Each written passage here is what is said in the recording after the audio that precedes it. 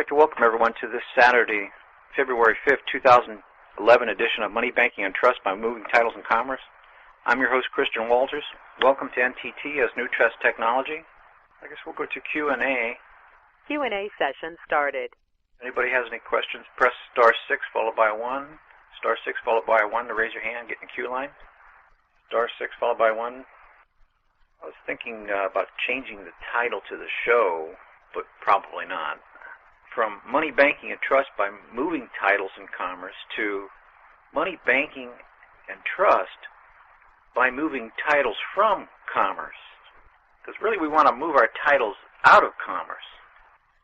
We don't want titles in commerce. We want to move them out of commerce. We don't want to do anything with commerce. We don't want to have anything to do with commerce. We don't want to participate in commerce because commerce is all at law. It's all the D.C. realm, which is expressly created for the fictions. So whenever you do commerce, you're doing commerce as a fiction. Don't let any of these other gurus tell you that you're not participating in fiction land and you're making yourself not commercial or private by doing commerce.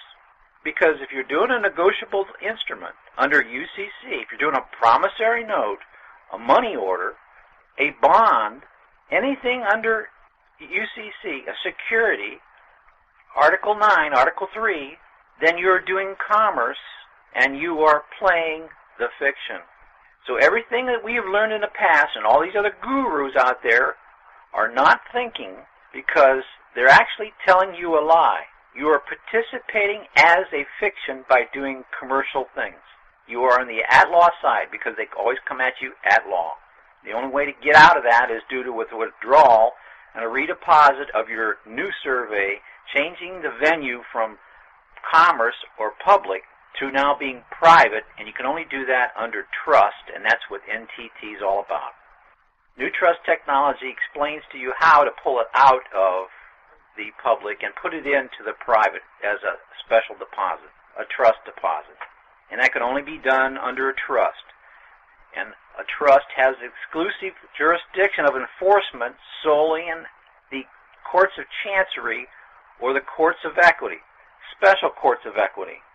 And we're reading that treatise in chancery out of Tennessee by Gibson, and it's revealing a lot of pertinent information. So if you want to change yourself out of fiction land and stop operating like the fiction, you got to operate a trust and learn how to operate a trust, a private trust, enforceable in equity. That's the only way out. And you go into these courts, and these courts have a mirror image, and you can't tell the difference when one switches from at law to equity, but you have to put in the right switches in your pleading and invoke the court of equity, and it will switch before your eyes. And you won't even notice it, but you'll notice everybody's acting a lot different. So with that spoken, press star 6 followed by 1 to get in the queue line, ask a question. Star 6 followed by 1. Anybody? Washington, you're unmuted. Hello. I had a question about attaching your equitable asset to, let's say, a summons or a debt title that you're going to send back. Just, I guess, the details of, like, what exactly goes on to the paper. I know it's by grantor in your name, and you want to write non-negotiable, and I guess anything else, like the details. Yeah, you have to create an equitable asset title, and then you want to move that title, which is where you're going to move it to. In effect, it acts as a transfer when you're transferring that title back to the party who sent the bill, which was the obligation. So, I mean, the actual writing on it, like you're going to take like a Sharpie marker, let's say, and you're going to sign it and write the words non-negotiable on it? Yeah, non-negotiable special deposit. All right, and then just your name by grantor diagonally across the top of it? Yeah, what you're trying to do is do you have a known amount that you're trying to pay? No, it's a summons and a search warrant, and so I'm going to be sending that back to. All right, so you don't have a known amount. You have an unknown amount. Yeah. Well, how would you normally pay a debt? Well, I guess you can't really, but I mean, usually I would use cash, but. Okay, but other means of that was cash. that. You have a checking account? Yeah. I got one of those, unfortunately. So you normally make a check payment out of the checking account, and that would pay the debt, supposedly. Right. Okay, so what we're trying to do is duplicate that, but on a mirror image. And what we're doing is creating an equitable asset, which looks like a check. So all the information that is on the check is what's going to be on your special deposit. Okay, that's an excellent way to put it right there. That really helps, actually. So that is the title. The check is the title. You're creating a title of an unknown amount. Since you don't know what the amount is, don't put anything in there, but give them authorization to put any amount in there to include for the extinguishment for all the debt and the obligation that's incurred per that case or summons or whatever the number is. Right. All right. Excellent. All right. That was very helpful. I'm going to go and date it and send it back to them, but make sure you have on their special deposit and put an indenture with it, what you want them to do. Oh, yeah. I got that all ready. All right. All right. Well, thank you. That was excellent. Then go create the records, the UCC 1, 3, and a 3, along with the county records, and now you got 2 records per each step. And then that's when I start working on my bill and equity for my complaint if she doesn't comply, correct? Yeah, if there was a breach by not doing the obligation, which was to extinguish the debt. Which I'm assuming she's not going to do, but I mean, maybe she will. Who knows? But yeah. Well, I don't know. That's actually we kind of got the cart before the horse, but we really haven't explained the enforcement because that's the last step we're on, really, and that's what we're here about now about all the equity courts because that's where the enforcement's going to come by. If I can't get the trust, what's the use of doing the indenture and doing all this work anyway? So it's kind of like you have the cart before the horse because if you can't do the enforcement, what good is the trust? Well, I mean, it's good to just start writing the process of it. Like you just assume that she's not going to, and start getting your bill and equity ready, but then not actually, not file it, but at least, Yeah, in hope that they would roll over and go ahead and do this, but the first couple of times I don't think they're going to because they're going to do business as usual. And then they're going to hit you on the at-law side normally from that side and maybe hit you with a charge or something.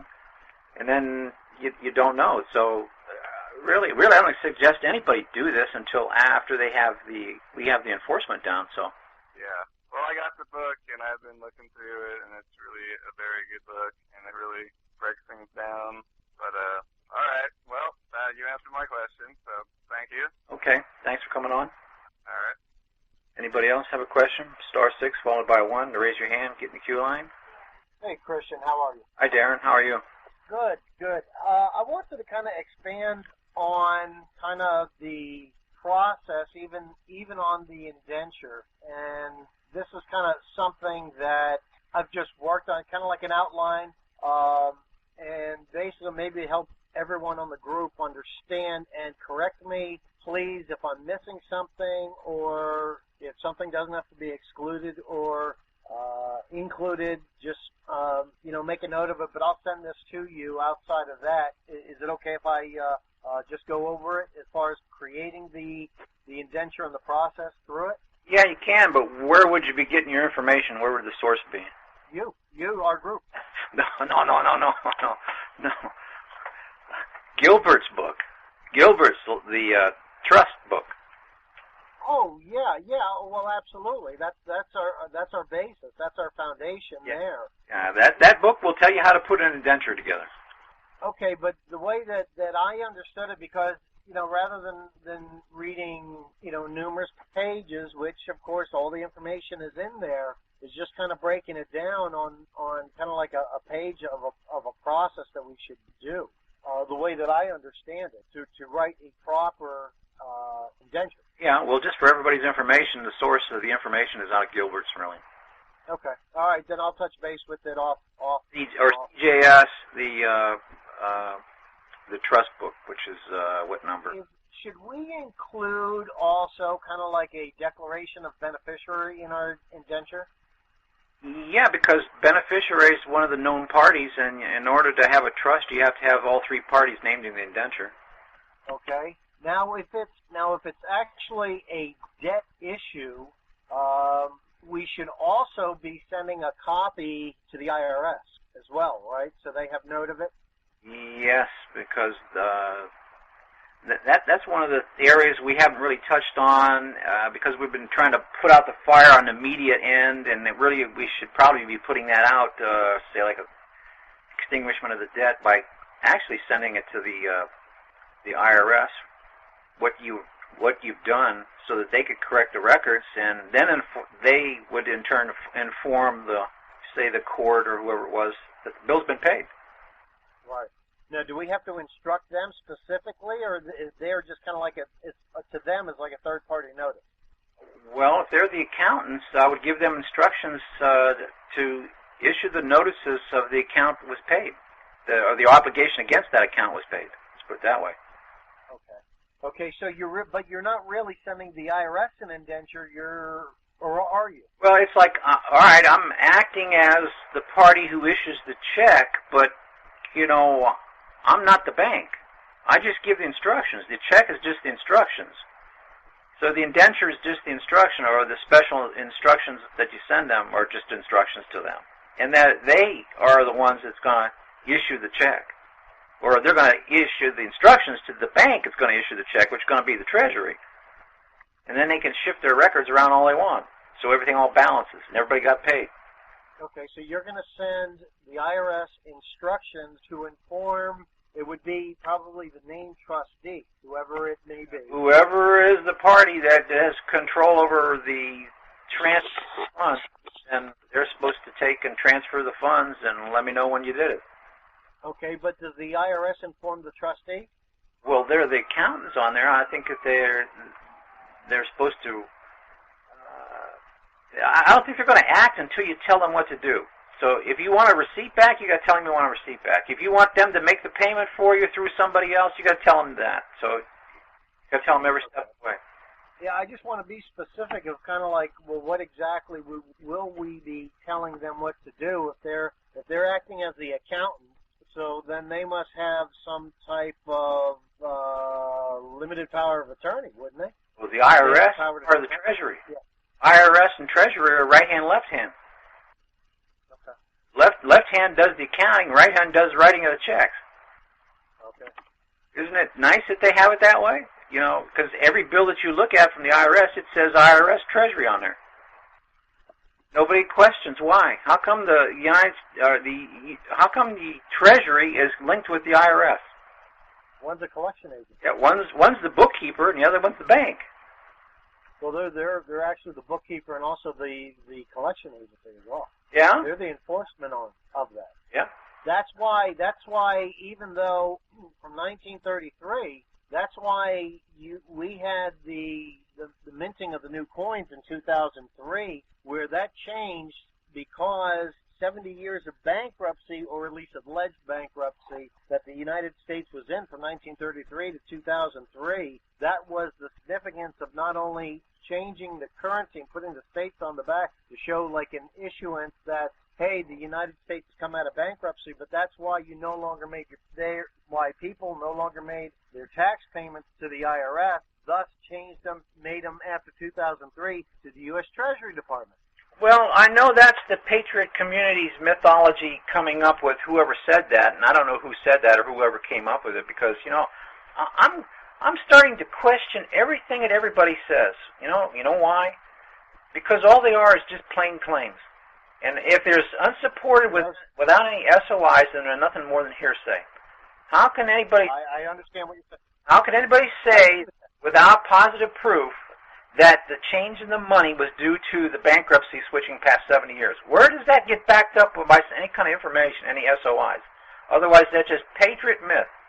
I understand what you're saying. It's like the birth certificate. The birth certificate, everybody says, that's a trust document. No, on its face, according to evidence, it is nothing more than prima facie evidence of a birth certificate, period. It is not a trust document until proven otherwise. And nobody comes up with a proof. They always say, oh, that's a conclusory pleading. That's a trust document. No, I'm afraid not. Until you come up and prove to me that it's something else with evidence, it's a birth certificate. Sorry. Right. We don't know how this government, how this due process, how this justice operates. We know nothing about evidence. You know, and I'll tell you, working with NTT over the last, what has it been, 15 months now? Something like that. And I will agree is that I look at everything today so much closer, SOI, NOI, SOI, NOI. Even when talking to somebody, they make a statement, I go, okay, well, where's your proof? You know, really. States a claim must prove the claim. And I'm encouraging people now to question everything that somebody says and bring up the facts. Otherwise, take that and chuck it.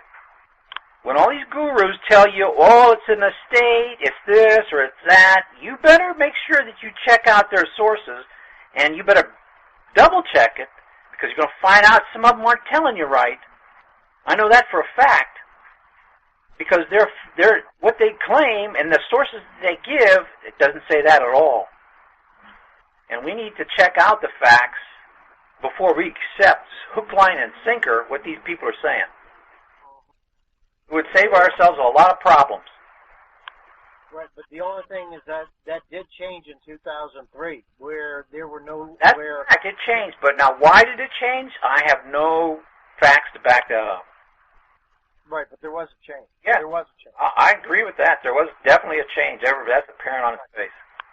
Right. Now, the basis of the change is because it affected a federal corporation versus where an individual 7 years and a federal corporation 7 years. Yeah, but what I'm saying is force these people to back up what their claims are with facts. I understand exactly what you mean. I do understand what you mean on that. Otherwise, with a bunch of hearsay, and we're working on false information, and that just leads to more false conclusions. Hey, trust me on this. I'm on a lot of different legal groups, and I can't believe half the garbage that's floating out there. Yeah, I know. Half of it that's going out there. I know. What's even worse than that is that even the sane people that at least have a good notion, and some of them are very competent, some of them are even attorneys, have no clue about equity. Absolutely no clue, and if they're citing it, they're citing statutory equity and don't know anything about the other side of the court. Correct, yeah. That's what really blows my mind, more than anything else. You know, and just like I've told you the story, you know, I have a personal friend who was a judge who has sat there and adjudicated more than 8,000 cases. At first, when I started talking trust terms to him, he said he thought I was going to be a patriot nut job until I backed it up, SOI, NOI. Until I backed up what I was saying, then he fully agreed with me and then said, no, I have no idea about equity. Yeah. Which really, that surprised, that really surprised me. And what it did, though, it actually built teeth in the claims through it, and then NTT, you know, of what all the work everybody's putting into it is that it does have validity to it, but it just really surprises me that nobody, you know, that I have... It's like going to the moon. You know, we on the blackboard we drew the formulas of how the velocity would achieve escape velocity if we went so fast with so much mass. You know, based on natural laws that are provable. And then we put it all down on paper and we say, okay, this is what we want to do. We want to build a spaceship to go to the moon. And, you know, some of these people would say, no, that's not possible. It's never been done before. If it hasn't been done before, we can't do it. So we need more people to walk by faith based on sound principles rather than say, hey, I'm not doing this until we find out whether it's going to work or not. No, that just stifles progress. We need designers and developers more than users. Same thing here. Same principle. If you take the birth certificate, all right, on its face it says it's nothing more than a birth certificate. It doesn't have trust name on it. It doesn't have any trust wording in it. According to Gilbert's, it could be a trust, but if you claim it's a trust, then you got to prove that it is a trust. And if on its face it's nothing more than a birth certificate, and you want it to be a trust, and if there's no evidence that you can see that it is a trust, then create some. And if you can fulfill the laws of the trust that'll recognize that it's a trust by the elements created and the proof that those elements are there, then you can prove that that birth certificate is a trust. And sitting there and saying, hey, this is a trust, making a claim that's unsubstantiated, create the evidence to substantiate that. Well, here's an interesting question. This is what you did, Darren, when you talked to that judge. You gave him the evidence, and after you gave him the evidence, he couldn't refute you. Absolutely. And you know what? He's done that before. And here's what's really surprised me. Even on certain things, like even on the at-law side, I've talked to him about a notorial protest. And he tried to knock it down until I supported it by U.S. Supreme Court case law. What a notary really is. Actually, they're a managerial magistrate, Compton v. Alabama. He had to see the proof backed up by the U.S. Supreme Court to say, okay, it's valid, you have a correct argument, you have precedence here, I agree. I forget where's that in the Gibson's book on equity. It's in one of the footnotes. Sorry, say that again? In the Gilbert's book on a footnote someplace, one of the earlier quotes, like in the first sections. Talks about proof. I'm not sure off the top of my head. Talks about proof in there, about the proof being... Oh, wait. I think I know where it is. I won't even tell you how many talks about files. How many files I'm gathering on NTT? Yeah, talks about facts have to be proven, and when they're proven, this records, right? Yeah, Isn't that what we were talking about before? The records. Yeah, records. Yeah. Mm-hmm. Section 62. Number 1, Gibson, what does not appear in the record or what does not exist in fact are one and the same in law. Courts can act upon nothing that does not duly appear in the record. And that's the same thing that Davila versus Shalala says. You know, when a record is asked to be produced and they can't produce it, there is no record. And there was also, that was quoted in Gibson, there was Igley v. Coolidge, 2 Wheaton 366. The jurisdiction must be determined by the record. There was actually another case that was dated back 1836. It was in the federal court in the District of Ohio, and it was who was it? Wheaton versus Jackson. It was for the Bank of the United States, and that's what it was talking about. It was talking about the records. They got to have the records in order to make any claim. If you don't have the records, it's like a fart in the wind. Yeah, on the at-law side, they have to have the records that they can see in order to hear a case. But on the equity side, you have to your case is going to be seen, it's the opposite over there instead of heard. And that was a great point that Amy brought up was that at law is that it is heard. It is heard and determined, where in equity it's seen and determined. Yeah, so the only place you can see the real man is in equity, and the only place that they're going to listen to facts is by hearing, and that's at law, because they're going to read the record, and you've got speaking motions. Speaking being something that you hear. Exactly. You know, this stuff is too fantastic. It's like interconnected. There are unbroken chains all through this that just points to you can see it more crystal clear. There are 2 dimensions to this realm. There is the at-law public side versus the equitable private side. And that's what it's all about. It's Kansas versus Oz. And the more we're in this, the more we see this with equity eyes, and that's the key, equity eyes, because equity is the glasses that you need to put on that makes you see clearly, because without those glasses, you're nearsighted. You can't tell the difference between right and wrong without equity. And all these people have not been taught equity with its simplicity and its 20 or less maxims, and they're caught up on the at-law side fighting 63 million statutes and codes. Ridiculous. Yep. Ridiculous. Utterly ridiculous. And like a fool, we keep going back into that court and try to beat our heads against the wall, thinking if we tweak it just a little bit better, we can win. You shouldn't even be in that court. But that court is where you get equity also. So you got to be having the right switches in there and invoke that court of equity so that you don't get hammered by that at-law side. Stay out of the at-law side court. You can't be heard there. get into the equity side where the substantive rights of the real man can be seen, where equity is going to look through the form, process, and procedure of the at-law side and look to the substance. That was real. Oh, but for an example, let's say if someone did want to claim their birth certificate was actually a trust document, then we should create it by the UCCs, taking it out of claiming it, drawing it, and then redepositing it. It comes down to who first created that birth certificate. We did. Well, our mother, on our behalf, created the birth certificate for us. Now, she didn't do the actual manufacturing of it, but she gave the authority for it, and that's where the authority came from, her, on behalf of me. And then since I was too young to sign my name, they stuck my footprint on something, and that was my signature. So don't tell me that you didn't create that birth certificate, because you're the one who created it, and it says birth certificate on there. Now, if you want it to be something else, you change it into something else, create the facts into something else. You're the only one who can. Okay. Then be willing to enforce your claim and prove it. But stop saying that birth certificate's a trust until you can prove it. And if you can't prove it, then that means that it doesn't exist. And I'll tell you right now, there's probably no facts to make it exist that it is a trust until you create it. So we need to be evidence to make that claim.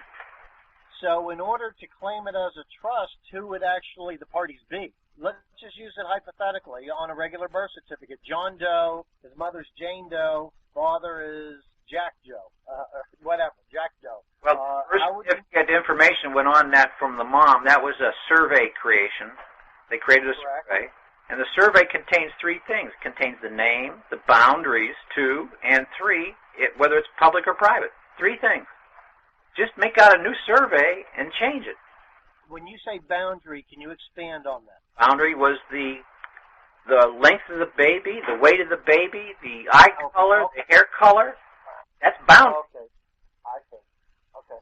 That was nothing more than a survey done on a piece of paper by the mother, setting up a title that could be moved, and they moved your title. Now, where they moved it to, they probably held it in trust, but you better have the facts to support that it is a trust. And I don't know where the evidence is to prove that it is a trust. I don't have to worry about that, though. All I got to do is create the evidence that it is a trust. And what I say goes, because I'm the one who created the birth certificate in the beginning. Right, so you create the where we go wrong is we did a general deposit. And when you do a general deposit, there's only one title we're talking about now, and that one title was transferred to them. Now, once you transferred the one title to them, you got no claims to call it back and change it to something else. So you got to come in as a mistake and tell them, no, this was not a one-title affair under commerce. This was a 2-title affair under a trust, and I retained the beneficial interest, therefore I can order it back because I never gave you the true ownership of that title. It's under trust, and if it's under trust and I got the beneficial interest, I can order it back, and I can do a redeposit and change it back to something else. That's all trust law. Now, can you also do that, let's say, because I know on the at-law side, there's not a lot of validity to it, even though, like I've heard Gene Keating saying that you could do it, but it has to go by the state in which you're born in, is where you can actually copyright that all caps name, that fiction, that commercial name. Can you do the same thing with that, or should we, or would we do something like that? You don't need to do a copyright. Don't need to do a copyright. That's more debtor-creditor stuff. That's more at-law commercial. That's more of the same thing. I don't want to do that. I just need to claim what was already done. Claim it as mine. Claim it as being under trust. And I'll be able to have the records to prove that. Stay out of the commercial venue. Stop operating over there. As soon as you start operating as the commercial under commerce and anything under statutes and codes, you are acting like the fiction. You are acknowledging the debt and acknowledging the fiction. You're giving it energy. And the more energy you give it, it bounces back and hits you in the head. It's like throwing a hammer at a piece of rubber. It comes back and hits you. The same force that you put in is what you're going to get back out, right at you. Stop fighting those people. It's like jujitsu. You take the momentum and you flip it.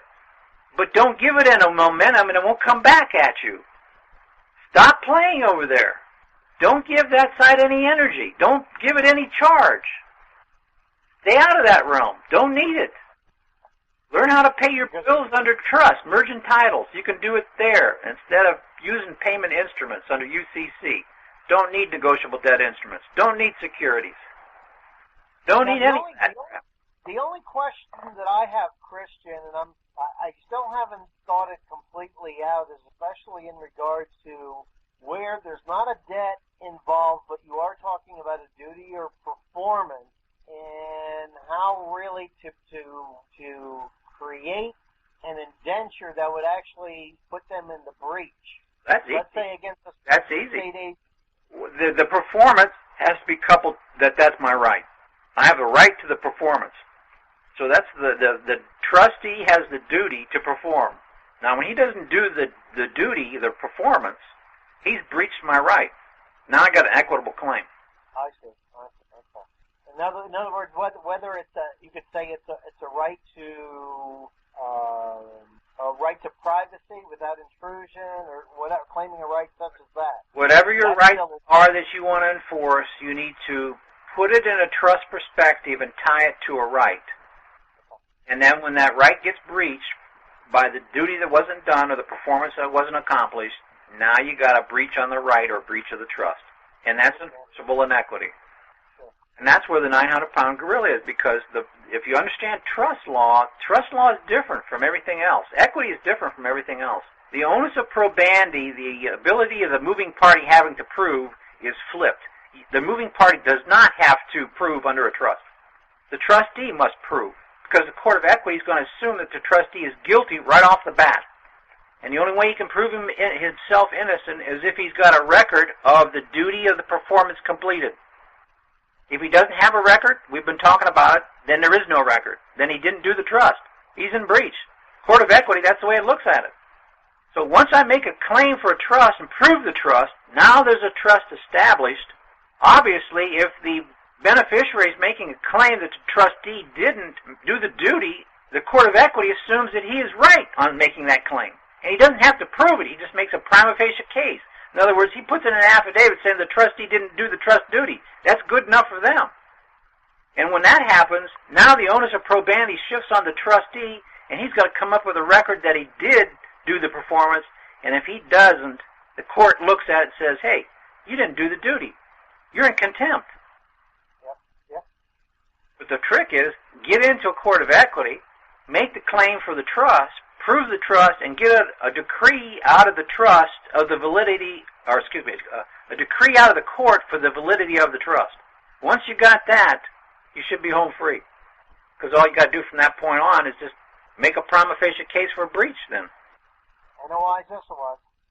Totally understand. Okay, thanks, Christian. That was the only thing. If I have another question, I'll come on. I know I have another one, but I can't remember what it is, though. Uh-oh. You're getting older. Yes, I'm having a senior moment.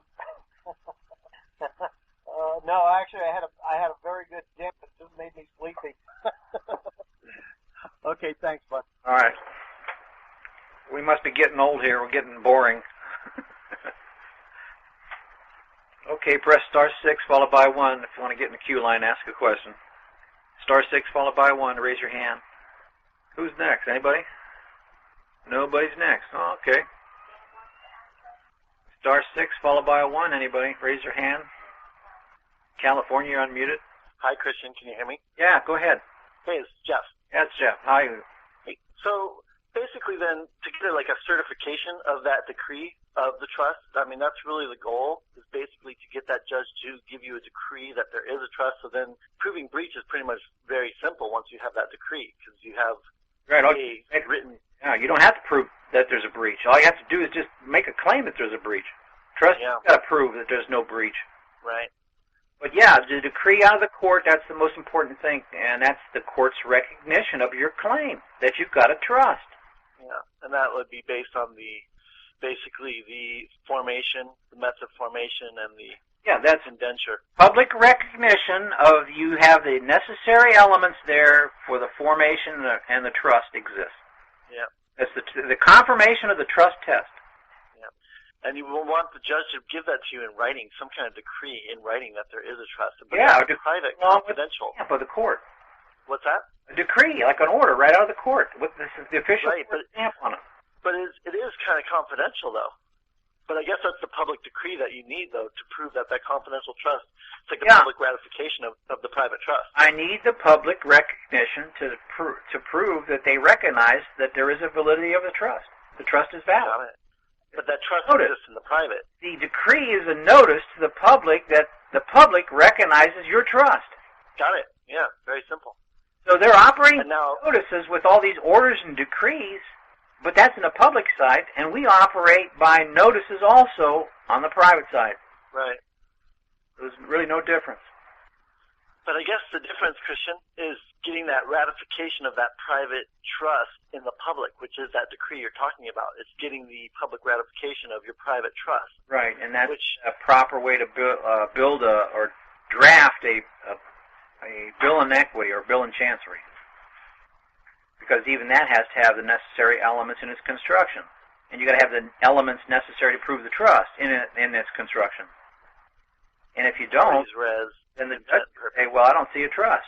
And if he says that, then there's either two things. Either he doesn't know the trust test, which you should have given him the trust test in there, or else he's trying to railroad you.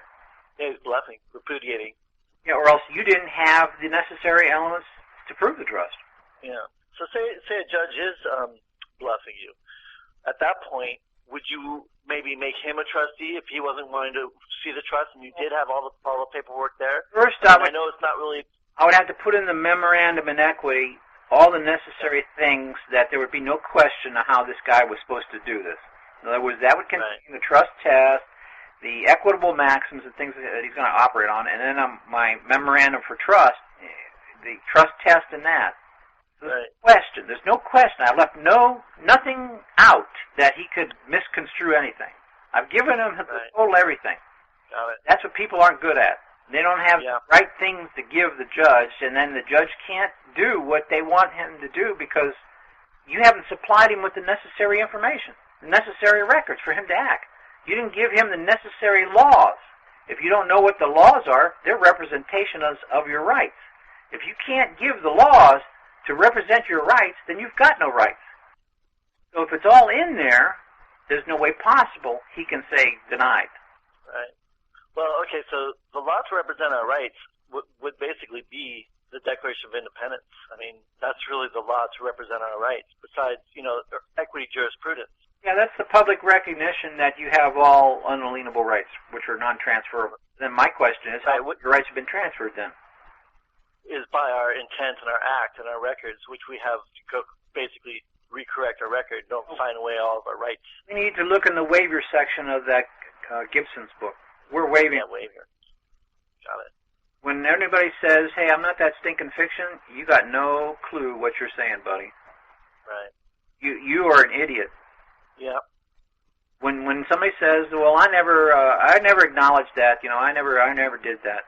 You don't understand how this works. Yeah, I'm the king. I'm the sovereign. You don't understand how this works. Yeah. Not on the outlaw side. Yeah, outlaw side. A lie, fictional lie world. Really not a lie. It's really the truth over there in their realm. How they operate by. It's like France. Yeah. You want to go to France and tell the French that, hey, I'm a U.S. citizen. You got to do everything I say. They're going to look at you and say, get the heck out of here. Yeah. Isn't that what the court tells you? Yeah. Well, why do you keep going over to France and telling the French people how to run their government? Right. You're an idiot. We are all idiots. Stop doing that. You're in the wrong realm. You don't have any king recognition over there. You don't have any sovereignty over there. Right. That's the same way with the outlaw side. You don't have any sovereignty over there. You don't have any kingship there. You're a slave there. Yeah, the beneficiary can't be heard at law. Can't be heard.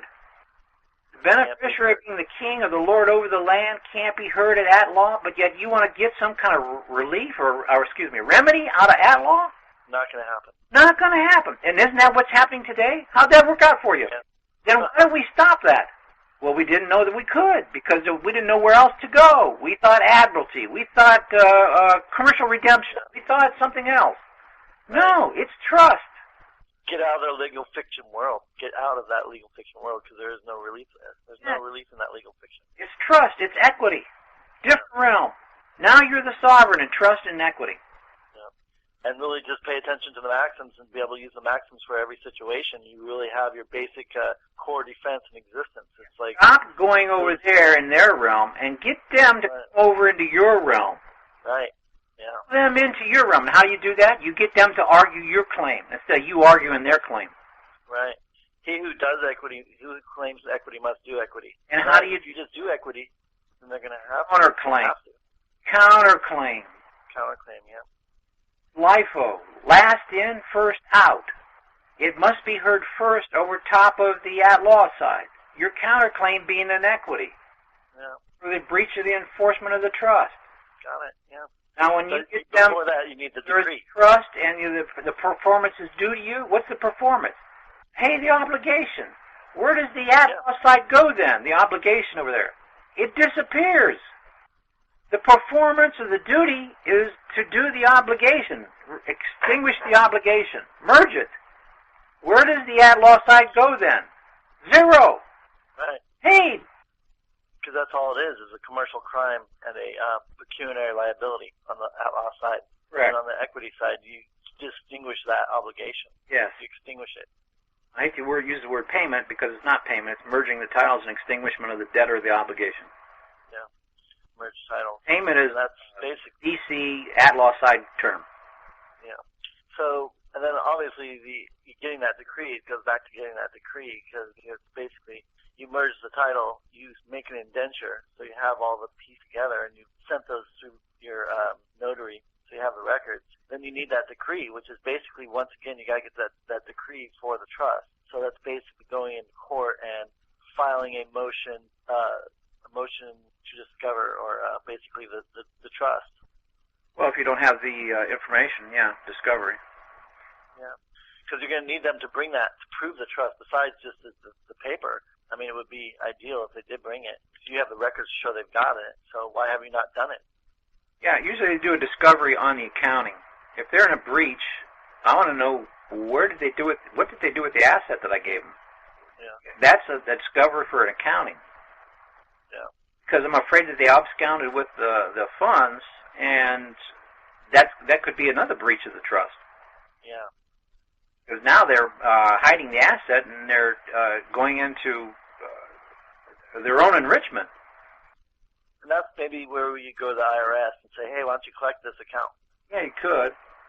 Because I think sucking let's face it, those funds are the key whole thing of the case. If those funds are, if the IRS grabs those funds, that case is extinguished if the court likes it or not. Well, if you want more weight to the case, go for the proceeds that it was generated from. Yeah. And you could know what the amounts are in those, which are horrendous. That's where you ask for the discovery on the accounting side, to where you're going to discover where the proceeds get, where'd they go? You want to trace them down. They've been converted illegally. Right. Now, if you've got the possibility of going after the bonds that they've attached in the background, the bid bond, performance bond, payment bonds, then they're more apt to, hey, close this thing down. We don't want this stuff out. Right. So I guess what I was wondering is if you go to the IRS, and how do you present the case to them? Or like, well, you bring the indenture and you show the res, and you say, well, there's suspicious activity. Where are the funds? And then how would you what do I do with those funds when we trace them down? How do you express that to the IRS? How do you think you would you do that through one of their forms? I don't know if I'd use their forms.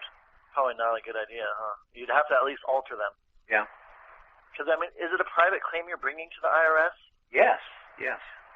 So you're essentially bringing them a private claim and say, hey, collect on these funds, trace these funds and collect on these. Yeah, once I'm traced and collected, what am I going to do with it? Well, you can put it into a private closed account and then live off the interest and not spend the money. You're going to keep it, and you're just going to manage the fund and essentially collect the interest. No, I don't think I want to do that. I want to zero it out. I want to extinguish it. Well, yeah, I guess if there's any proceeds left over. There shouldn't be any proceeds left over. I mean, it all should be zeroed out. See, we keep on thinking that debt is money and we want to use it. No, I don't want to use the debt as money. Period. I want to get rid of it. It's the problem.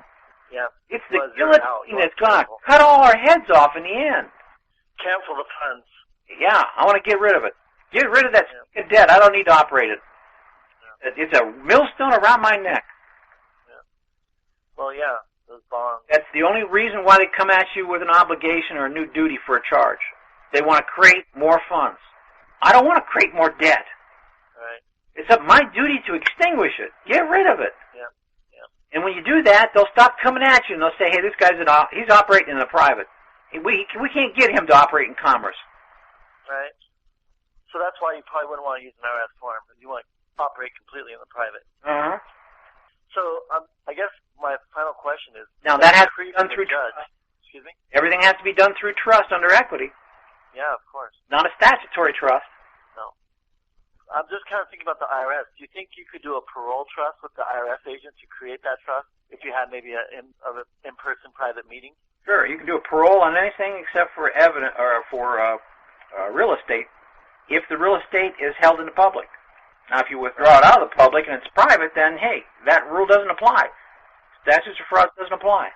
Well, because really what I'm thinking is to really get the relief of being able to get all the bonds and everything, I pretty much think you have to get it through the IRS. I don't even think the judge is going to be willing participants. I think you need a enforcement, basically. Well, they created the bonds. Maybe it wasn't the judge. Maybe the judge doesn't know about it, but I'll guarantee you the head accountant does in the accounting department of the court. Yeah. Because they gave the QSIP number assignment to it when they bought the QSIP numbers, and they know where it went from there. And there's a record of it someplace because they all have to follow GAAP accounting principles. Yeah. May it be moved off book. You'll have to get that accountant and put him on the witness stand and give him cross-examination, because, hey, that guy knows the truth. And get him under where he's under perjury and rattle his cage a little bit. Yeah. Pretty amazing. Know how to create evidence. That's how you create evidence. But I guarantee you they'll come before you and say, "Oh, here's the settlement. We'll you call this off and we'll cancel this out if we drop this case." And then everybody's so glad to drop the case. No, I'm going forward. I want that guy in the witness stand. I want to put him, grill him, find out where this money went to. Because now we can get to some evidence and creating some records that can prove all this stuff. And now we can take the whole deck of cards down, this whole house that's been created as fiction land. Yeah. Everybody's so glad to get the case taken off their plate. No, I'm going forward. Got it. Where are the proceeds at?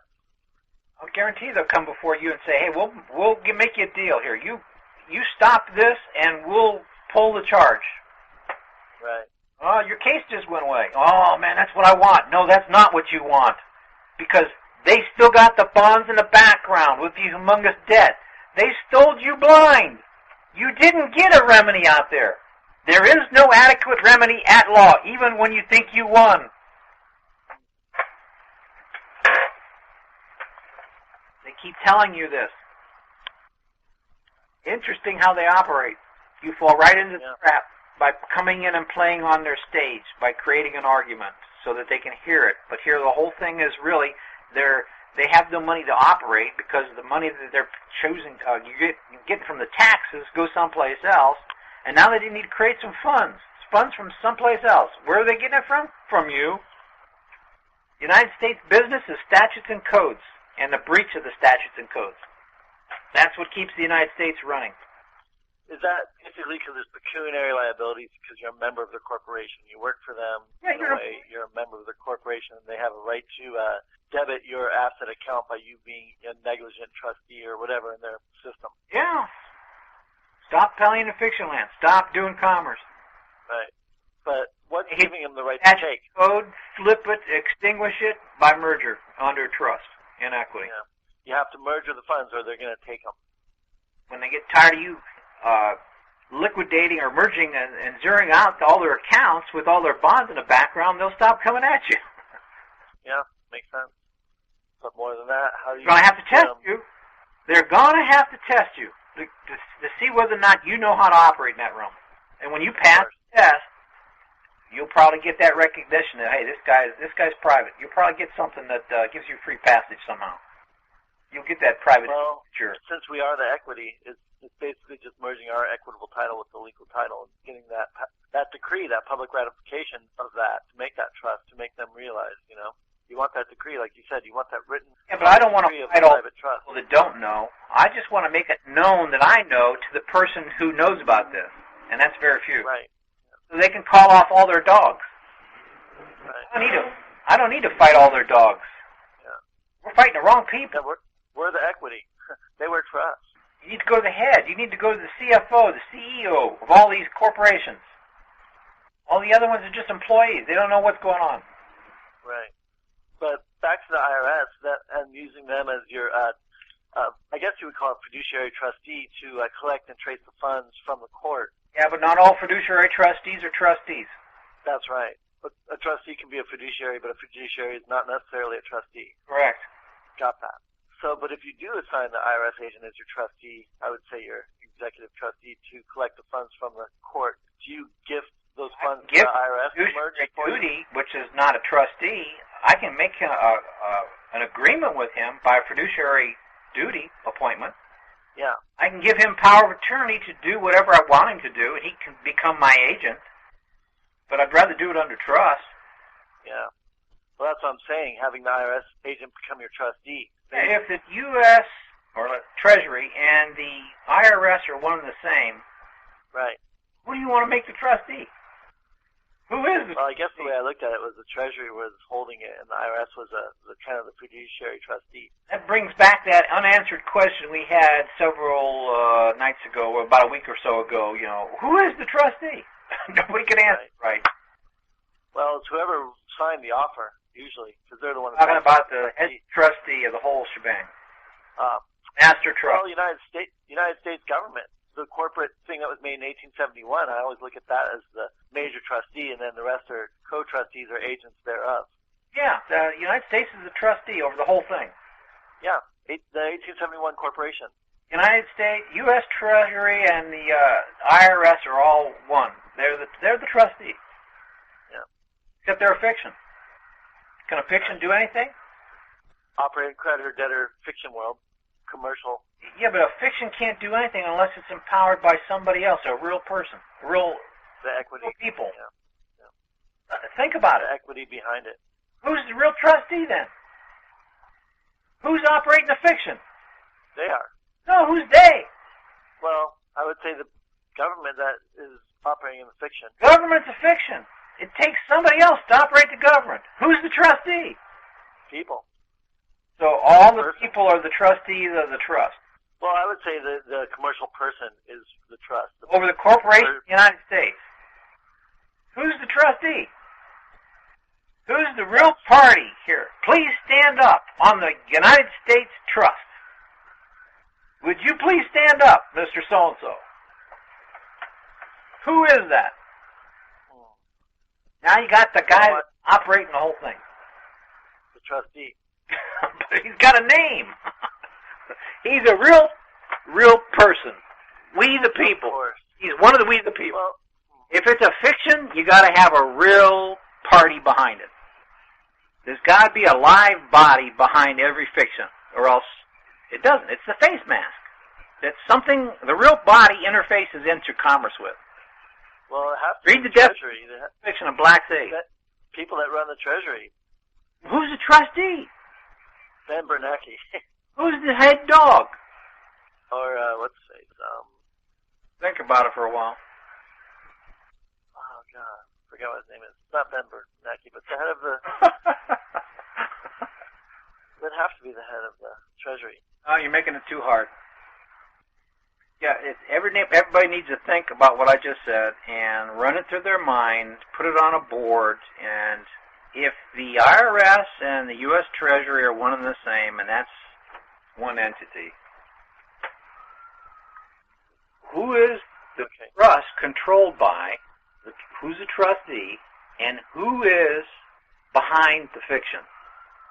There's got to be somebody, one of the we the people. Got to be a name. Okay, got any other questions? No, I just got to think about that for a little bit. I'm thinking about who that is, so you kind of got me now on that. So, yeah, because if you don't have the right party, you're going to be ineffective. You got to have all the real join. Who are the real parties? What about Social Security Office? Is that also part of that IRS Treasury conglomerate, United States? Was the SBA part of that conglomerate? How does this, put it on a board and put it all down. How does this all work out together? Who's all these different agencies, these different fiction trusts or fiction entities or what do you want to call them? How do they all work out? Work that out in your mind because you got to have this down. If you don't have the hierarchy structure, what it is, how it's put together, then you can't make the claim. You can't afford the parties. Your trust will fail because you don't have the right parties. That's one of the trust tests, parties. Yeah. So if I don't have the right trustee for the trust, then I'm making a claim that's wrong. Well, wouldn't it be true that whoever's signature is on that legal title would be the trustee? Yeah, but I'm asking for the name. Who is the trustee? Who's the specific? Well, I mean, I guess it depends on which circumstance you're talking, but I guess... Where's the top of the pyramid? Who's in charge of all this mess? Who's the head dog? The grantor. No, I'm talking about the fiction realm. Well, the head trust, master trust, has got one party that's running the whole thing. IMF. But that's not one. These are all fictions. Who's the head man behind the IMF or whatever it is? Is that the right one? Just go back and think about it some more. Okay. All right. Yeah, I'll think about it a little bit more. Who that exactly? Kind of something I guess I assumed was just a conglomerate of companies. No. You mean to tell me a conglomerate runs this whole thing? No, there's one trustee on the whole trust. All right, anybody want a question? *6 followed by 1. Dan, you're up, unmuted. Hey, CW. Hey. If I had to make a guess at the trustee, would he be a CEO? No guesses. You got to know. I'd say it's Obama. Obama. How do you spell that? With an O. You better know how to spell it. That's right. Okay. I just want to make this general statement. This special statement. Everything I say from here until we're done talking is hypothetical, all in the hypothetical realm. You have taught me much over the last 6 or 8 months, however long, I can't remember it's been that I've been studying under you and listening to you. And one of the biggest things that I think maybe a lot of people on the call are still having problems with, because I have problems explaining this to people that I come in contact every day, and the people that I've been in contact with over the last 6 months, is titles. And the fact that titles are in the fiction realm. Right. They don't exist. They only exist long enough to be able to be transferred and operated in the trust, and then when you merge them back together, they're gone. They're terminated. The titles are on the public side.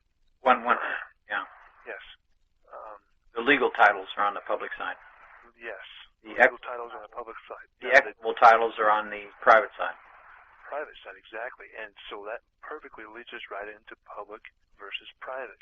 It is imperative to understanding trust. You have to, as I've said many times before on the call, you have to understand public versus private. To operate solely in the private, you must merge titles. Yes. If you have to understand titles, you just do commerce, you're just fooling around with one title, the legal title in the public. Which is not one title. Which is the only title that's recognized in a court at law. Yes, right. That's why. Oh, he has legal title. Well, obviously, legal is falling into the broad definition of legal that everybody thinks of. Oh, well, it's legal to do that. Well, it's illegal to do that. He has legal title, so obviously he's God. He's king. He does whatever he says goes because he has legal title. They never bother to educate us about beneficial title. And that the beneficiary is the one that has the right to take. And the beneficiary is the one that has the right to bring the trustee with legal title, the only one that has the right to bring him into court because he's not doing his job. The trustee's not doing his job. But only in equity. Oh, there you go. Which is what makes Gibson's so valuable. And, I can't say that I've had the opportunity to read into Gibson's a whole lot because I haven't. my special life has been getting in the way. New Mexico going through a cold spell and everything else has been getting into the way, but I've been reading where I can. Just going through the contents of the book and looking at all the different chapters and the subchapters should be enough to make anybody's NTT radar just spike and go nuts, because this is a very powerful book. It's a very special book.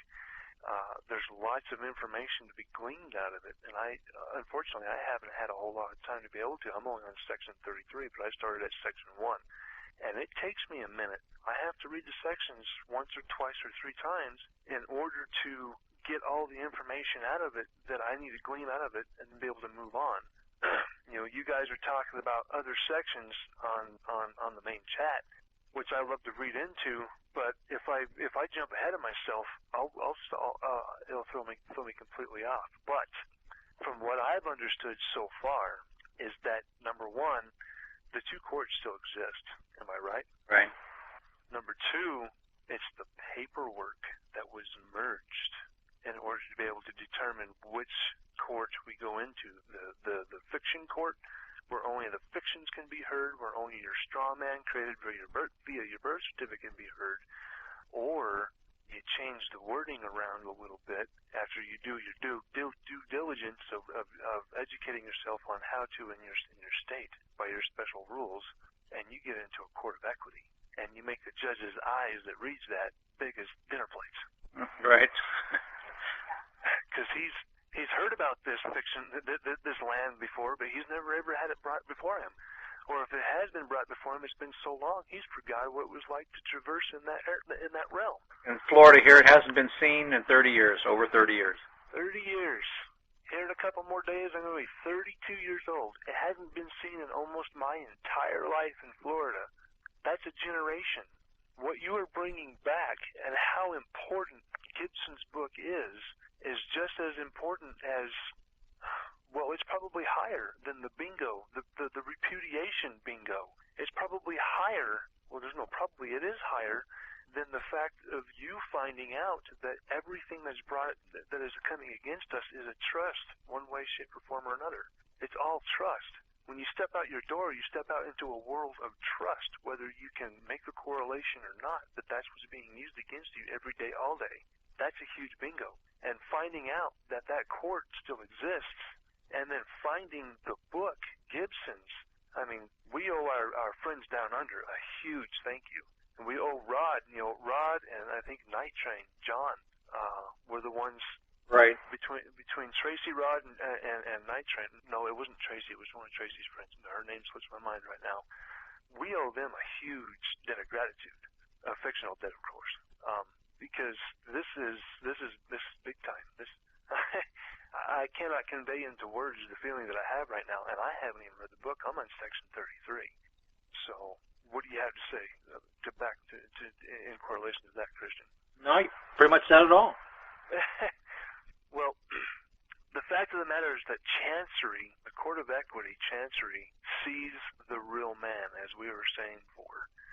If you want your voice to be heard, you have to invoke the proper venue.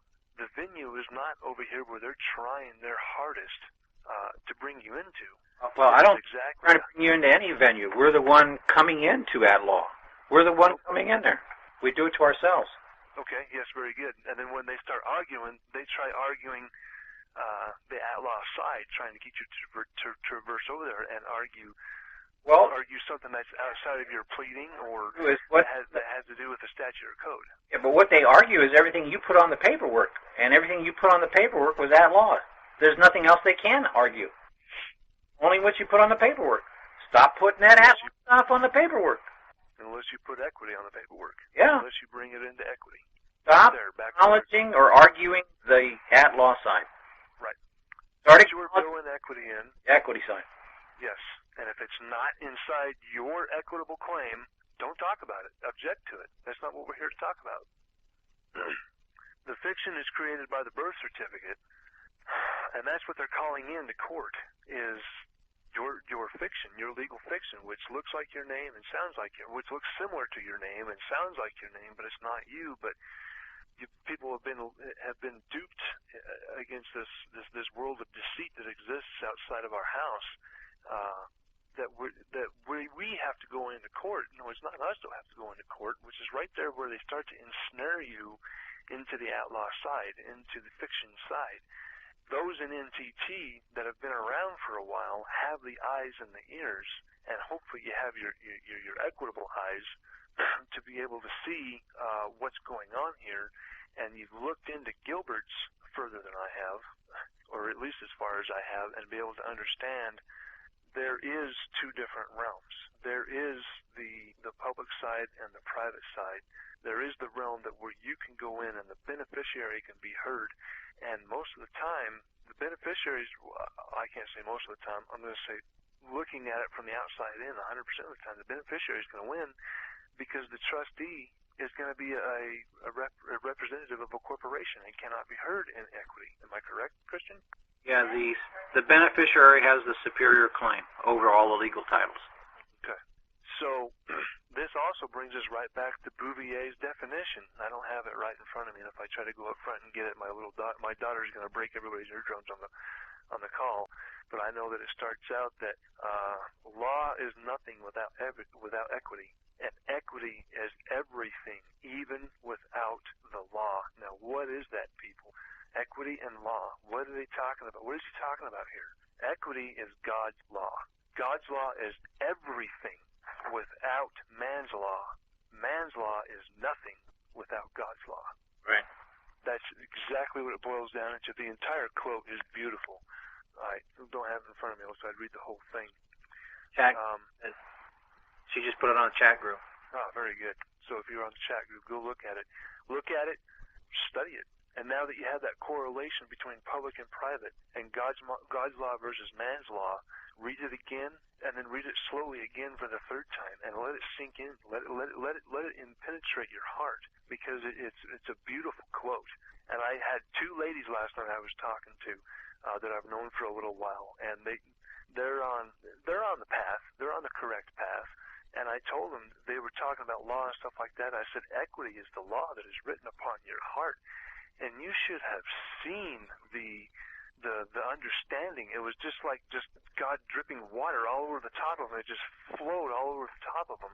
And they understood. It's like, oh my gosh. And I said, law is nothing without equity, and equity is everything, even without the law.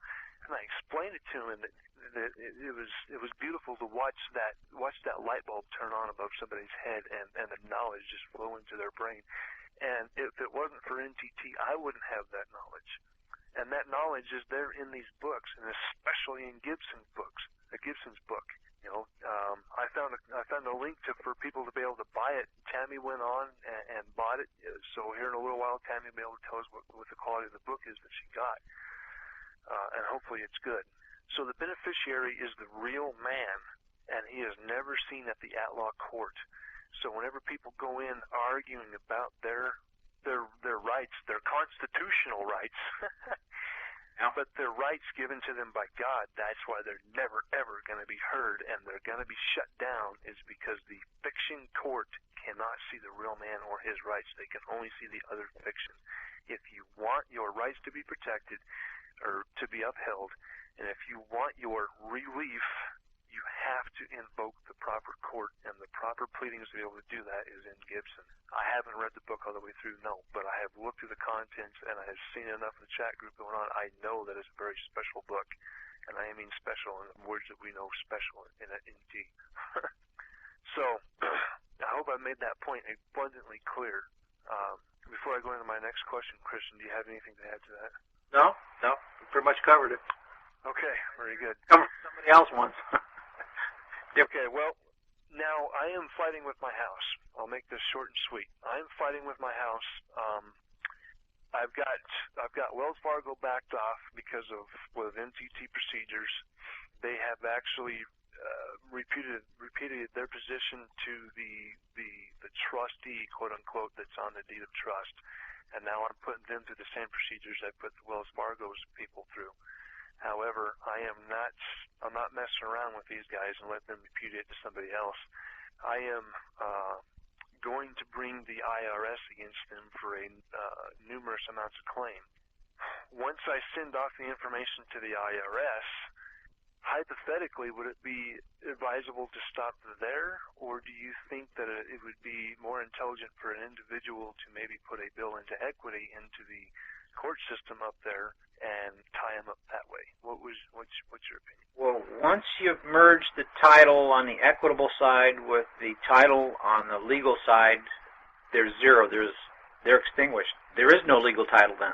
Right. And if they're passing it on to somebody else to collect or form some new case on a non-existing title, then they're bringing a fraudulent claim, especially after you've got the documentation to prove that it's been merged and extinguished. Ooh, yeah. So I should definitely bring it up in the court, invoking equity. Notice of a false... As well as... Notice of what, sir? Notice of a false claim. Notice of a false claim. Okay, very well. That answers my question. Then I shall pursue that, as well as bring it up to the IRS of all the hidden quote-unquote assets. Yeah, if they want to pursue any more on a false claim, let them go ahead, because now you're going to come into some legal enforcement that you come at with. Or if they're going to breach under legal that they don't even have a claim to do, then you can come in from equity and because you've got the superior hand there. I imagine I can find this information that I need to know in Gibson's, right? Yeah. Yep. Okay. False conversion, fraud. They don't have any standing, because if the title has been merged, the legal title doesn't exist, and it shouldn't be passed on to somebody else to go collect the debt, because there is no debt. It's been merged. And really, who's doing the selling of the title? They really can't do that legally. Yeah, they don't have a title to sell. It's been merged. It's extinguished. But you see, unless you give notice first, notice to an adverse purchaser stops his being able to have a bona fide claim. Okay, the adverse notice, purchaser give them notice, and then they no longer have a bona fide claim. Okay, so if I'm reading between the lines here, the adverse purchaser has sent me notice of a sale. What I need to do is notice them right back of there not being a claim there to sell. That where we fall down is we don't give notices out to everybody, and if we don't give notice out to the one party that's holding the title, he can sell the title to somebody else, and if he can give it free and clear to a new purchaser, and then that new purchaser has a bona fide claim, because the original one who sold it to him didn't have notice. Now, if you can prove that you gave that party notice before he transferred or sold that claim to somebody else, you hung him. Yeah. See, okay. All right. That's even more simple, because I've got that done already.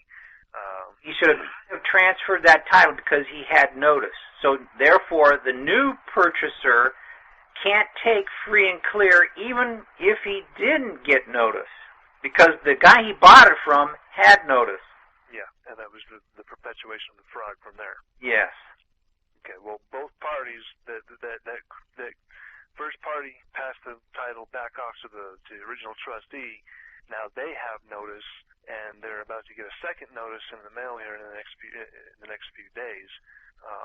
So I've already taken care of exactly what you said. So I think that the attorney firm that this latter party has hired, I don't think they need to be. That's up to the latter party to notify them to stop the sale, not up to me. The new guy who bought it, he bought a pig in a poke, and he didn't know it. Right. But then he better prove that he actually paid something for his title, because that's all he's got in it per that stake. So if he only got 3 cents on the dollar for that right to enforce that title, then that's all he's out.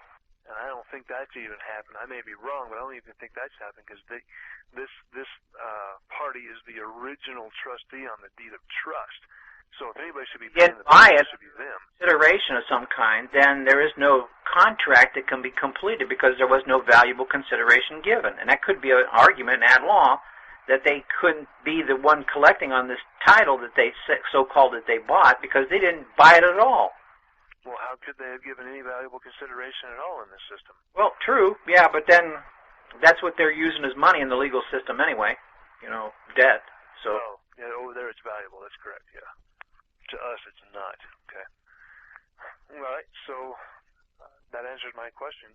And that comes up with the point we should make that everybody gets clear on, that's why it's important to give all the parties notice that you know of, because after that they can't legally transfer the title to somebody else and then pass it on to somebody else so that they can come at you again. Because they had nothing to transfer at the time of transfer, because the title had been extinguished. Now they're passing on a fraudulent title, title that doesn't exist. Well, it didn't exist in the first place, but it really doesn't exist now since it's been merged. Yeah, now if that party didn't notify the party buying it that it has been merged and they sold them a pig and a poke, they sold them a false title, and that they actually bilked them out of money if they did actually pay something for it. And then what they have is an unenforceable instrument because there was no legal title passed. It's been extinguished. Person can only transfer what he has a right to at the time of transfer. So if he doesn't have the right to legal title because it's been extinguished, he can't transfer that legal title to anybody else. That brings up another question. When we go into the negotiation table to buy a piece of property, we walk in there as per their predetermined paperwork. We are going to be the trustor. Some of them is grantor, some of them is trustor. So if we don't have any access to the titles, and we have no rights to those titles that are going to be wrapped up in trust, wouldn't it be safe to say that the only thing we are granting or as grantor or trustor would be our signature? That's the only thing. Even sitting there that's the only thing that sets up the whole thing. So that brings it right back to what we've always said is you have to qualify the relationships that you form every day. You have to qualify your signature, your intent, and the relationships that you form. Because if you have no rights, you have no titles or interest to the property that you're going to the negotiation table to sit down and grant, what are you actually granting? You're actually granting your signature. And if I'm not mistaken, intent and relationships jumps out in Gibson's big time. Yeah, that's the first thing that they focus in on.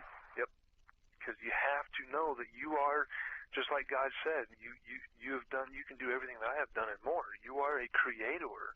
You're out here creating every day, all day, creating relationships, creating this or that or the other loan. You have to qualify it. Yeah, the first issue in the formation of the bill, according to Gibson, is they focus in on what is the relationship. Either you had a relationship, and then what type of relationship is it, or you didn't have a relationship. Either you did have a relationship, or you didn't have a relationship. That's what they focus in on. That's the first point that they issue that they determine. And then if you did have a relationship, then what type of relationship did you have? And that goes right in with Gilbert's book also, because that's the first page in Gilbert's, talking about the trust test and the establishment of what kind of relationship you got. Because all these relationships all look similar. Under Gilbert's trust book, it says on page 1 that you got to do the determinative test to find out what kind of relationship you've got. And from there, the trust test is intent. Intent, purpose, party, specific trust res, and method of delivery. Relationships and intent, number 1 and number 2. What we do every day, all day, whether we realize it or not. Yep. Well, I don't think I can make this conversation any better than what it's at this point. I think I'll go ahead and yield the floor and let the next person come up. Thanks for your help, Christian. I appreciate you, bub. All right. Thanks. Thanks, Dan. Aaron, you unmuted? Hey, Christian. I remembered my question. Okay. Right after we got off, I remembered it. Interesting part in regards to the Declaration of Independence, claiming it because of the unalienable rights endowed by our Creator, which no one can take away from us. Even though we can attach an allonge to a certified copy of the Declaration of Independence, could we actually create our own private Declaration of Independence, and it would still stand as strong? Yeah, you could. Because really, it's about, once again, it's about the relation, it's about the intent and purpose. Equity is everything without the law, and it starts out in the DOI with, we hold these truths to be self-evident. These truths are self-evident. Everybody There should you go. know these. These are written on your heart. So I guess the answer to that is yes. I could create my own Declaration of Independence because really that's really gonna be more personable than anything that was written. You're only given notice of something that you've got already, can't be transferred away from you. You can't lose it. Can't lose it. That makes sense. That makes sense. And just create this way you don't have to go through and getting an allonge and certified copy of Declaration of Independence. You just declared your own Declaration of Independence. Yeah, yeah. So anybody who disputes those maxims, their authority, those maxims, is regarded as beyond the reach of reason. I think you could use some of the similar wording in the Declaration of Independence, but actually incorporate even more equity verbiage within and still make it just as strong. Do you see any downside of doing that? It's just a fundamental knowledge that all people have, and they know it within their own minds, and there's really no need to prove that. It's already proven, and all it is hey, just all I got to do is remind people. I just give them notice. Very good. Okay, that was pretty much my question. Very good, and that was also a good point. It made it a lot clearer. Is of course debt is recognized on the at-law side, where on equity it's not recognized, just like in that mortgage situation that he was talking about. Yeah, can't be seen. The equitable side can't be seen at law. There's something else I also want to mention to that guy as well. If these attorneys are defending a false claim, now you can go after them, give them notice that, hey, you are defending a fraudulent claim. Now go in to your state under professional misconduct and ethics. You'll see the rules that are posted of what they can do and what they can't, and then draw up a formal complaint, because if they are defending something that's fraudulent, they know about it, they're to alert the court. If they fail to do it, now they can become a party to that action as well. So go after them too. Just to give you a small hypothetical.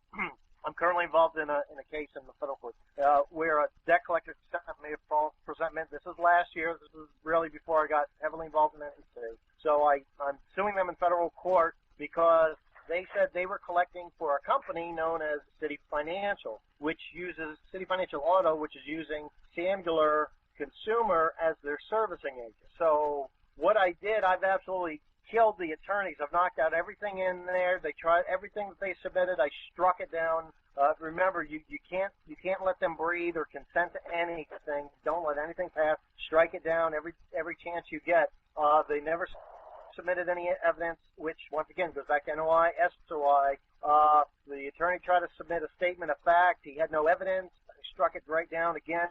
Now, the thing, I went back to the servicing company and also City Financial Auto because they sent me a letter saying we have no idea whose account this is, or we have no record of it, but they didn't sign the letter, which still did not validate a sufficient NOI because it had to be somebody that had first-hand knowledge that could give me that fact rather than a blank letter. So I'm waiting for a letter to come back that's going to give me the name of a person, a signature, a title. So this way, if I have to cross-examine or subpoena him, this way I have my NOIs, SOIs, but I also put the attorney on notice that, hey, you're defending a false claim here.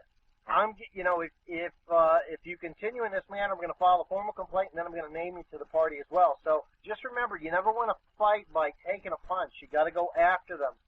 Stay aggressive. Stay on the attack at all times in any of these cases, whether equity or what have you. Okay, so just stay real hard on it. And that was all I wanted to mention. But that was the question I had, was about, can you form your own Declaration of Independence? You answered that, and I think that would be a great fundamental document. And this way, it pertains directly to you. Yeah, it's really your own Declaration of Independence, really. That's all it is, a notice. A notice of unalienable. It's also like the term sovereignty, because that actually has a dual purpose. It could be personal sovereignty, and it can also function in a group as one of we the people. Yeah, we're lord over our own land, or what we own ourselves. If you don't own it, then you're not lord over it. But you're lord over your own property, your own land. We're all sovereign in our own. Yeah. Right. So, it does hold a dual purpose. That was one thing that I did notice when I was doing a little research on that. Okay, that was the only. The Lord is in cheat, though. They say the state is in by its cheat. In other words, they're cheating only because you don't make that claim. Not rebutted. Yeah. So somebody's got to step in and hold all this property. So they do. They come in, they hold it under a cheating, and then you don't say anything, and you waive it, and you don't have any counter records to prove otherwise. Right. It's all about the record. Yeah. That's so key. That's and records are titles. Records are titles, and we can move titles. Right. The illegal titles and the equitable titles. We can move them around wherever we want them. Merge them all totally. Merge them partially, or extinguish them. Move them around wherever you want. Right. In part, or get rid of them all. Whatever you want to do. You got that power. That's where like an indenture, and that's like where an indenture is under trust, where a contract is under debtor creditor. Yeah. It creates the relation. Yeah, but it's all assumed to be debtor creditor by default, unless you say otherwise. And if you don't know otherwise to say it, then it just defaults to debtor creditor, and then you create the information under the DC realm. You sign the contracts, and you sign the other things. So you give it the validity, you give it energy, you give it the charge. I understand. Good. That was the only question I had. I'll step back and let somebody else talk. Okay. All right. So nobody else in the queue. So anybody press *6 followed by 1, *6 followed by 1. Ask a question. Get in the queue line. *6 followed by 1. Questions? Anybody? *6 followed by 1. No questions. Texas, you're unmuted. Thank you, Christian. Hi, Albert. Yeah, very interesting call, man. So I found out who the trustee is. I ain't gonna get that money back. Christian, I was looking at enforcement of our decrees. Yeah, who's the trustee? Obama. Which one? CEO. Which one? Would the real Obama please stand up? Yeah, the real man Obama as president. Which one is he? Remember, it has to be him. They got which is nothing more than a corporation also. Yeah. And how do you spell that? Go ahead, Christian. Sorry, I broke up with you. And how do you spell that? Well, it'll be on all caps. Okay, which one is the real trustee? Well, he would be. All caps. No. Why not? That's another corporation. Another fiction. So it would be his title plus upper and lower? You better make sure you got the right entity or the right party. I see, because we're bringing the real man into equity. Yeah, who's the trustee? It'll be the upper, lower. Is the trustee on the whole thing, but since it's a corporation, it has to have an agent, and its agent is Obama. But Obama on what? The private side or the public side? Which one? It'd be private side. And how do you spell that? Well, upper, lower, I suppose. Because you just can't come in and say, oh, it's Obama. Right. It'd have to be Mr., not without the Mr., but whatever is on what? Name. Public side or Obama on the private side? Yeah. Which one is Obama on the private side? Which one's Obama on the public side? Does anybody know what that title is he holds for each side? On the public side, he would just be, he should have an all caps, but some kind of account. But that doesn't matter to me. I'm going to go after the... Is his title on the public side, all cap side? What is his title on the private side? There ain't none. Sure there is. I don't have one. Yeah, you do. Oh, you don't have a title? No, but he does. Well, what kind of title would he have on the private side? Well, think about it. What office does he hold? Well, that would be his corporate name, right? His corporate name would have the title. No, corporate name is on the public. See, we don't have the real relation between public and private down yet.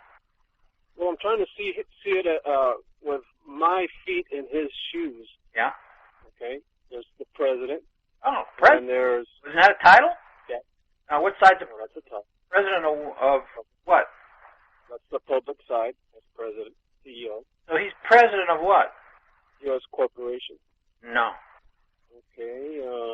Of Washington, D.C., I guess. No. Look up Title 28 USC 1746. Okay, what does that read? I don't know. What's it say?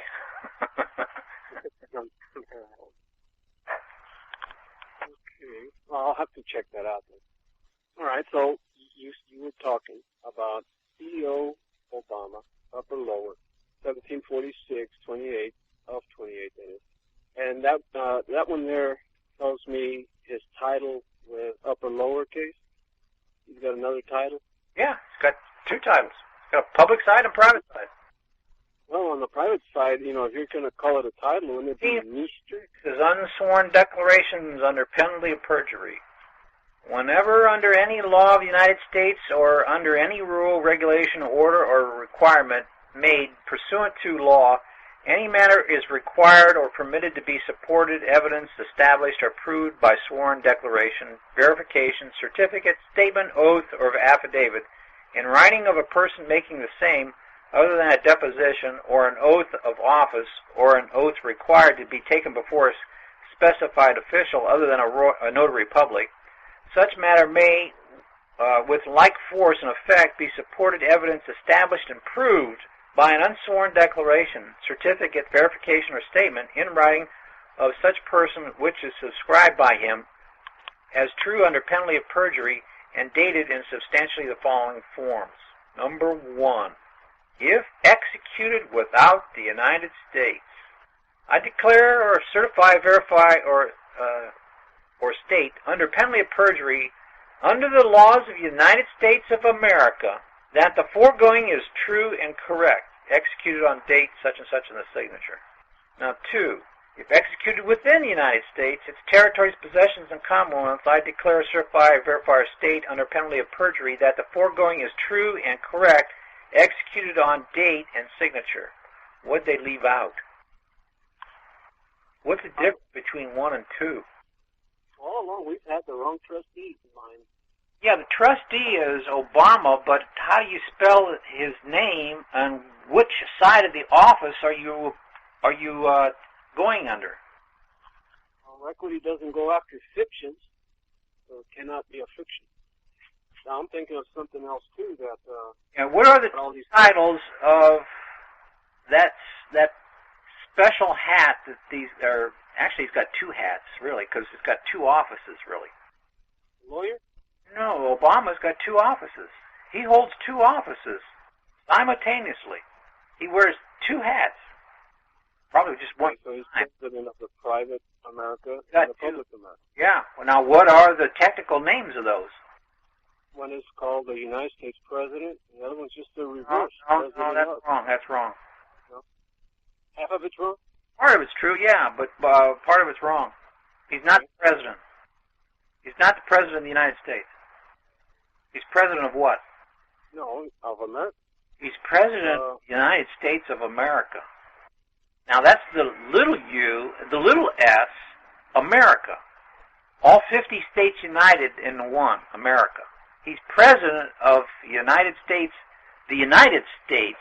of America. They're united, all 50 of them. He's president of that. And what side is that? That's the private side. Private side. So president is the private side of the United States of America, the Republic. Now, how do you spell that name? Well, that would be upper or lower. Right. So that takes care of the private side. Now, let's look at the public side. What is his title on the public side? President of the United States, all caps. He is not president of that side. Again, you got it 50-50, but you got it flipped. Because on the other side, you were wrong on the United States. You were right on the president. Now, but that was on the private side. Now you're on the public side explaining that, and now you're wrong on the president, but right on the United States. You see how it works? We got to flip our minds because we went from one side to the other side. We changed venue.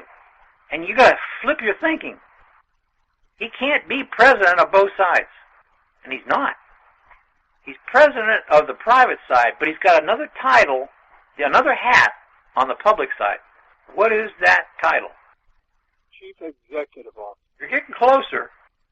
In the United States, what position does he have?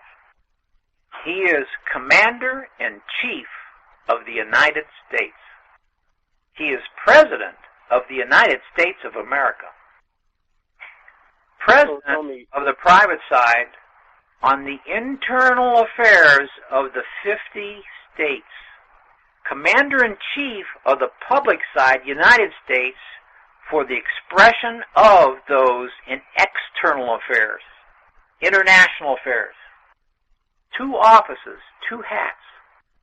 So if the United States is the trustee, it's a fiction, but the party behind the fiction, standing as a kind of like an agent, is the president, the real man, Obama, upper or lower case, unless you want to address him in his public capacity for some other reason.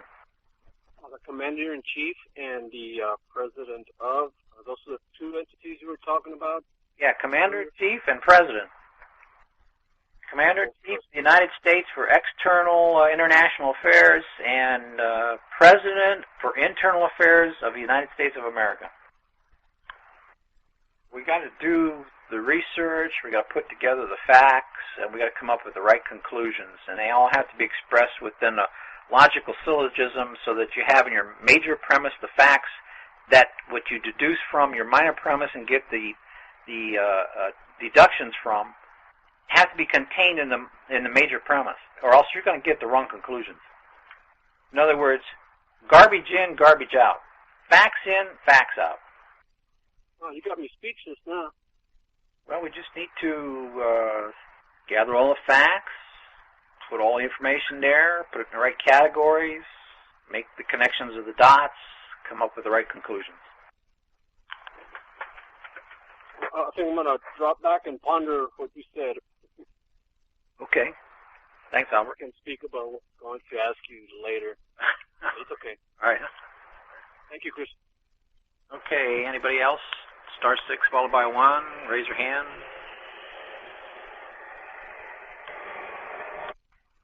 Star 6 followed by 1. Anybody else? Question?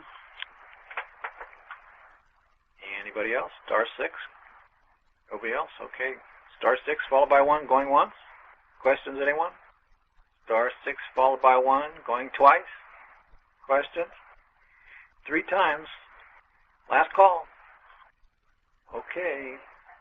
All right. Texas, you're unmuted again. Came back for more. All right, Albert. We've been talking about enforcement, and I was reading, I went to the back of the book, I guess, I cheated, and I was reading up on this one guy's enforcement inequity, and it seems like a very slam dunk for the court. It's not that difficult. It's like 2 rules that the court will follow once they repudiate, or should I say, get in contempt. And there's a few cases in Illinois pertaining to this enforcement in Chancery. And the first rule that the judge goes by is before a defendant is deemed to be in contempt, he must be personally served with a writ of execution under the seal of the court, which recites that part of the decree which the defendant is to obey, and a party is in contempt if he neglects to comply with the decree within time therein specified. That's just the first part of the rule. Second one, if party is served with a writ of execution and neglects to obey it, the fact is brought to the attention of the court by affidavit. A writ of attachment is issued upon which the party is arrested and brought before the court, and if he does not purge himself of the contempt or comply with the mandate at once, goes to jail. Yeah, which is a writ of ne exit, really. Huh? Which is really Say that again? a writ of ne exit. Yeah, there you go. So, if everybody does their paperwork correctly and studies up, this is something they can look forward to, at least partially.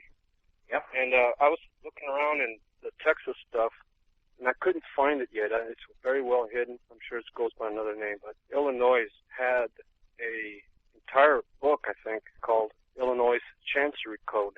I tried to follow the same suit in making my searches, but I couldn't find anything under that in Texas. So they had, or I don't know if they still do, but it's Section 44 and 45, and it brings out these very things that were done, like, for instance, a decree is only made in personam, and they're equivalent, or at least at that time, to a general lien.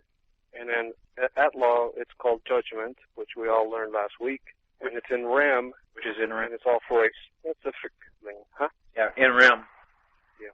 So, anyways, what I was trying to bring out is that that the enforcement part, if you do your trust correctly, you make your equitable claim correctly, along with your maxim correctly, this is what you have to look into, unless they added a whole bunch of stuff since then.